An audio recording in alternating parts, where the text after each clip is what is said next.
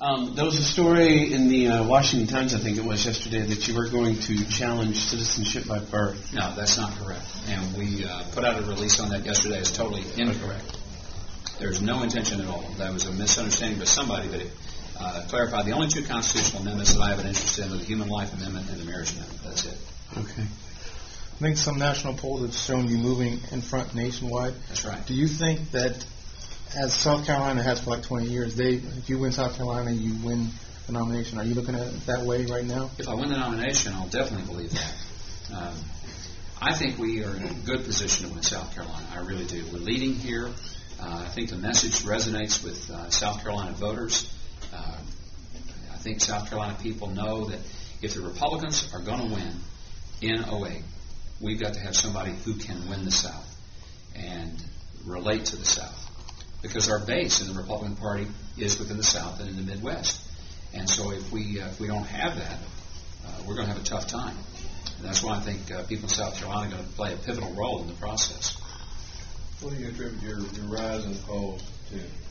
I think people are looking for a candidate who has authenticity about what he believes, and there's consistency. And those are the two qualities that I keep hearing from people over and over wherever I go. They want to know that what I'm saying is what I really believe, that I'm not a poll-driven candidate or a consultant-driven candidate, that I'm a conviction-driven candidate. And the second thing I sense is that people want to know that what I'm saying today is what I've said consistently in my life and in my work as a governor, that I don't have positions today that are diametrically opposed to what I have had during the earlier part of my life or political life. And when people see that consistency, whether it's pro-life or Second Amendment, believing in lower taxes, believing in balanced budgets, fiscal, social issues, there's consistency. And if you know what a person has done, you have a better picture of what a person's likely to do. If a person says, here's what I'm going to do in the future, and I've never done it before in my life, in fact, I've behaved totally opposite of this, but I'm going to change and I'm going to be different in the future, you're really not too confident that that's going to happen.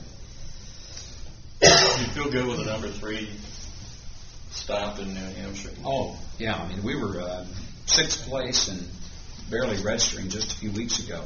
For us to have ended up in that position ahead of Rudy Giuliani and Fred Thompson, who went into the race with more money, broader organizations, it was pretty remarkable. And it was, a big night for us. John McCain had won there 8 years ago. He had a huge organization. I commend him for it. I mean, he had the upper advantage. Mitt Romney's the first Massachusetts politician running for national office to ever fail to carry New Hampshire. But he had an unbelievable organization and had spent millions with television and staffing. So for us, that was a very significant position. We felt that we came out of Iowa, obviously on fire, coming in first, despite being outspent 15-1 or more, and then to go to New Hampshire and to move up so far, so fast, was a great indication that the momentum of the campaign has shifted for us in a dramatic way, and not just in one place, but in both places we've seen this. Can your campaign survive with anything less than a first-place win in South Carolina? Oh, sure. I mean, we can survive. A first-place finish gives us, 3 jet engines instead of 2. But we can certainly survive. In fact, we can, go on. We're still first place in Florida right now, first place in Texas, first place in Georgia, North Carolina. I feel like we're in play for the long haul. But a South Carolina win is, it's very sweet to us. And we're going to work really hard to have it. All those states you mentioned were southern states. How do you take the same message north or west, or do you change your message a little bit? How do you play in the other because states? It's working there. We're number 1 in Delaware. We're number 1 or tied close to it in Michigan. Number 2 in California. So it's not like that this is just a regional campaign, a regional approach. I think the message that I have, which is really one of traditional conservative views, but also with a spirit of trying to reach out and be inclusive, is exactly what a lot of people are looking for.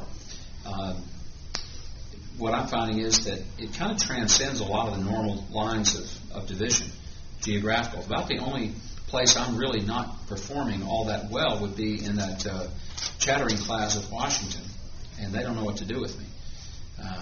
What they can do with me is help get on board, help me get elected. They have nothing to fear other than there will be some changes, and I'm sure that's probably what they fear the most. Some of your opponents say you mischaracterized your positions on immigration while you were governor of Arkansas. I don't think so at all. I've been very consistent about that. Well, there was a debate where you described the process where the child of immigrants could be a scholarship. They were saying the rules weren't as strict as you were making them out to be. Or I'm not sure what specific charge they have. I mean, I've basically been accused of everything from kidnapping the Lindbergh baby to the Kennedy assassination of some of my opponents. So I'm not sure what specific charge they've leveled this time. Mm-hmm. That hasn't been fully answered, I would think, to everybody's satisfaction. So I'm not sure. I know this. Our immigration plan has been adequate enough that even Jim Gilchrist, the founder of the Minuteman Project, has endorsed me.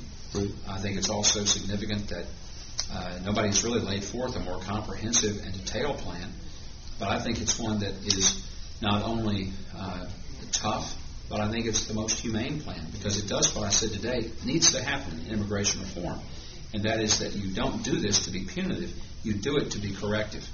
And by correcting things, you have a population of people who can live here with their heads up and not in the shadows and not out in hiding.